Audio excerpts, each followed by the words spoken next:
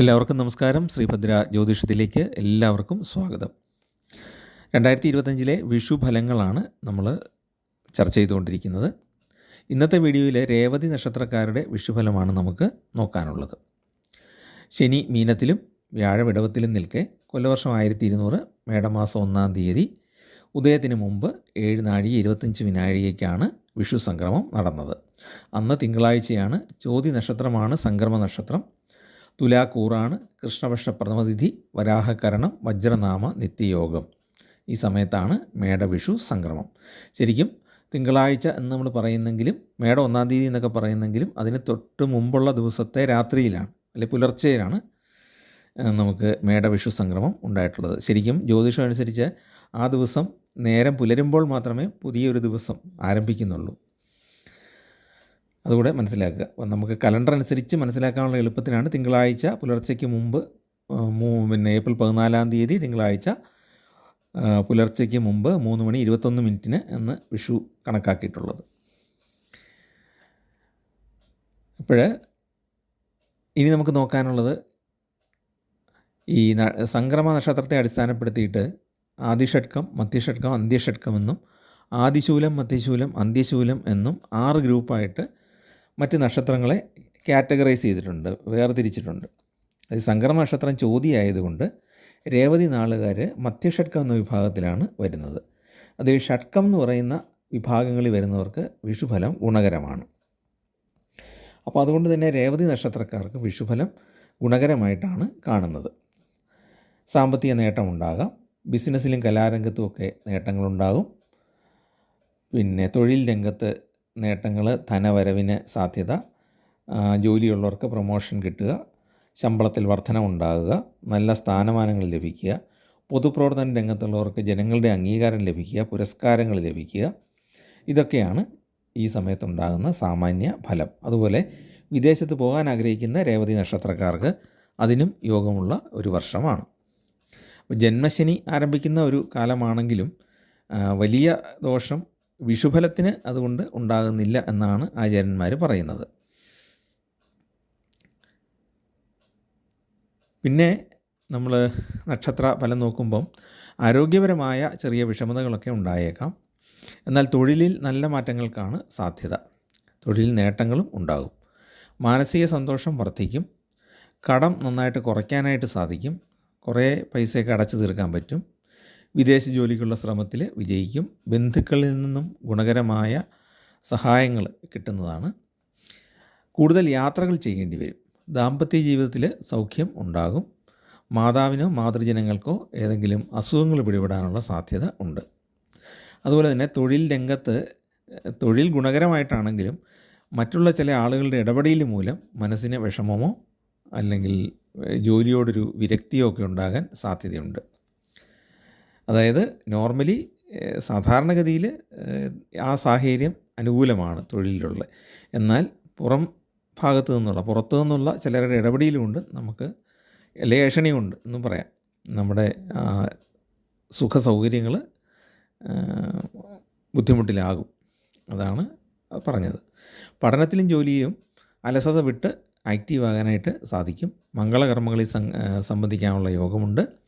സൽക്കർമ്മങ്ങൾ പലതും ചെയ്യാൻ സാധിക്കും.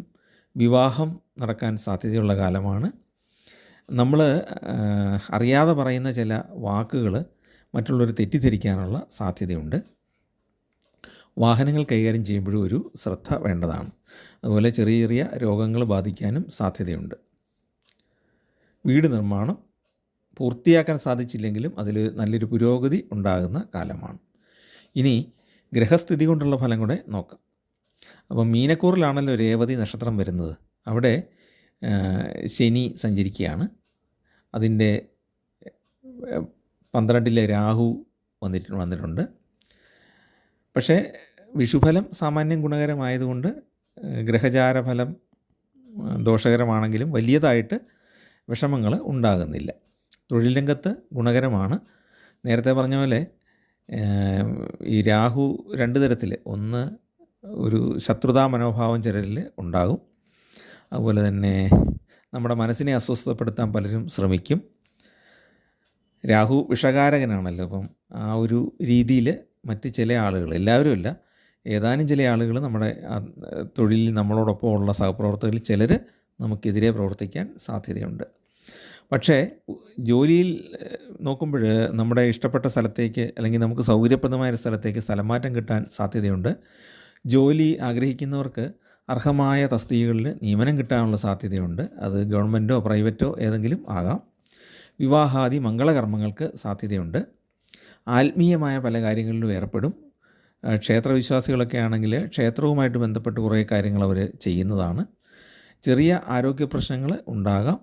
അതുപോലെ ധനവ്യയം വർദ്ധിക്കാം. ഉന്നത വിദ്യാഭ്യാസം ചെയ്യുന്നവർക്ക് ഗവേഷണ ഫലങ്ങളൊക്കെ പ്രസിദ്ധീകരിക്കാനും ഒരു പ്രശസ്തി ലഭിക്കാനും ഒക്കെ സാധ്യതയുണ്ട്. പൊതുവെ നോക്കുമ്പം കാര്യങ്ങളൊക്കെ നടന്നു പോകും ഗുണകരമായിട്ട്. പക്ഷേ ചെറിയ രോഗങ്ങൾ, മറ്റുള്ള ആളുകളുടെ ഇടപെടലുകൾ കൊണ്ടുള്ള അസ്വസ്ഥതകൾ, ഇതാണ് പറയാനുള്ളത്. ഇനി നമുക്ക് നോക്കാനുള്ളത് രേവതി നക്ഷത്രക്കാരുടെ ആയം, വ്യയം, കന്തായം തുടങ്ങിയ കാര്യങ്ങളാണ്. ആയം എന്ന് പറഞ്ഞാൽ വരവ്, വ്യയം എന്ന് പറഞ്ഞാൽ ധനച്ചെലവ്, കന്തായം എന്ന് പറഞ്ഞാൽ ഓരോരോ കാലഘട്ടങ്ങളിലുള്ള അനുഭവങ്ങൾ. അപ്പോൾ മീനക്കൂറിൽ ആയം 5 വ്യയം 5 അതായത് വരവും ചെലവും തുല്യമാണ്. അതുകൊണ്ട് തന്നെ കുറച്ച് ധനം കയ്യിലോട്ട് വന്നാലും അത് ചിലവാകാനുള്ള വഴിയും അന്നേരം ഉണ്ടാകും. സേവിങ്സ് നമുക്ക് അല്പം ബുദ്ധിമുട്ടായിരിക്കും. വലിയൊരു സേവിങ്സ് ഉണ്ടാക്കാൻ സാധിക്കുകയില്ല. പെട്ടെന്നുള്ള ചില ആവശ്യങ്ങൾക്കായിട്ട് ചിലവ് വർദ്ധിക്കാം. രേവതി നക്ഷത്രത്തിൻ്റെ കന്തായ ഫലം 3, 1, 1 എന്നിങ്ങനെയാണ്. അതുകൊണ്ട് മേടം മുതൽ 4 മാസം മനസ്സിന് വളരെ സുഖം, നല്ല രീതിയിലുള്ള ധനലാഭം എന്നിവ ഉണ്ടാകും. ചിങ്ങം മുതൽ 4 മാസം മനസ്സിന് ശരാശരി സുഖം, ശരാശരി ധനലാഭം, ഇതാണ്. ധനു മുതൽ 4 മാസം ശരാശരി ധനം, മനസ്സിന് തൃപ്തി, സാമാന്യമായ സുഖാനുഭവങ്ങൾ, ഇതാണ് കന്തായ ഫലം.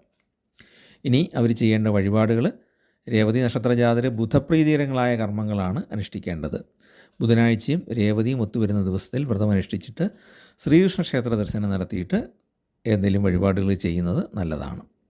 ശുക്രദശ, രാഹുർദശ, ചന്ദ്രദശ, ഈ ദശാകാലങ്ങൾ ഏതെങ്കിലും ആണെങ്കിൽ ശ്രീകൃഷ്ണ ഭഗവാന് തൃക്കൈ വെണ്ണ, തുളസിമാല തുടങ്ങിയവ സമർപ്പിക്കണം. ശിവഭജനം ചെയ്താൽ അസുഖങ്ങൾ മാറിപ്പോകുന്നതാണ്. ശിവന് ഭസ്മാഭിഷേകമോ അല്ലെങ്കിൽ കൂവളത്തില കൊണ്ടുള്ള അർച്ചനയോ കൂവളമാല സമർപ്പിക്കുകയോ ഏതെങ്കിലും ഒരു വഴിപാട് ചെയ്താൽ മതി. ശത്രുക്കളുടെ ഉപദ്രവങ്ങളൊക്കെ മാറിപ്പോകും.